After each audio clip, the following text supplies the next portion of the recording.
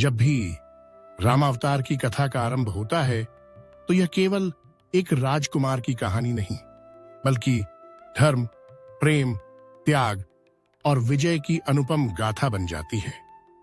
ब्रह्मा जी, जो स्वयं भगवान विष्णु के नाभिकमल से प्रकट हुए, उनके वंश में अनेक तेजस्वी ऋषि और राजा हुए।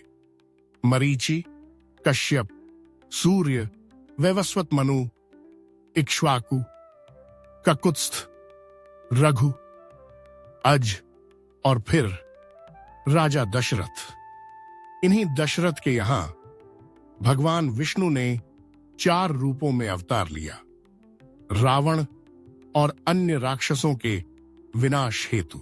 दशरथ की 3 रानियां कौशल्या, कैकेयी और सुमित्रा को ऋष्यशृंग मुनि द्वारा यज्ञ के प्रसाद स्वरूप खीर मिली, जिससे 4 पुत्रों का जन्म हुआ, राम, भरत, लक्ष्मण और शत्रुघ्न।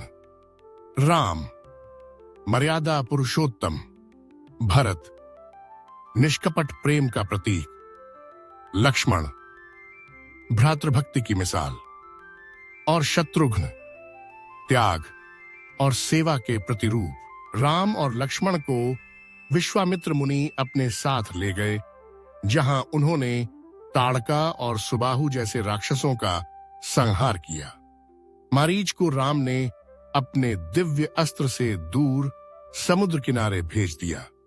मुनि के संरक्षण में रहते हुए दोनों भाइयों ने शस्त्र विद्या सीखी और फिर मिथिला पहुंचे, जहां राजा जनक के यहां शिव धनुष यज्ञ हो रहा था। मिथिला में राम ने शिव धनुष को तोड़कर अपनी वीरता का प्रमाण दिया। राजा जनक ने अपनी अद्भुत पुत्री सीता, जो स्वयं प्रकृति की देन थी, का विवाह राम से कराया।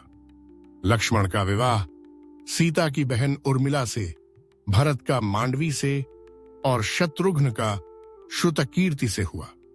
विवाह के उपरांत राम ने परशुराम के क्रोध को शांत किया और सभी भाई अयोध्या लौट आए।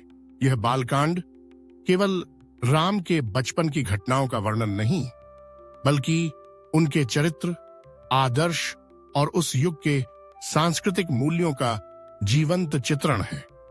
रामायण का यह भाग हमें सिखाता है कि धर्म के मार्ग पर चलना, अपने कर्तव्यों का पालन करना और प्रेम व त्याग से जीवन को सुंदर बनाना ही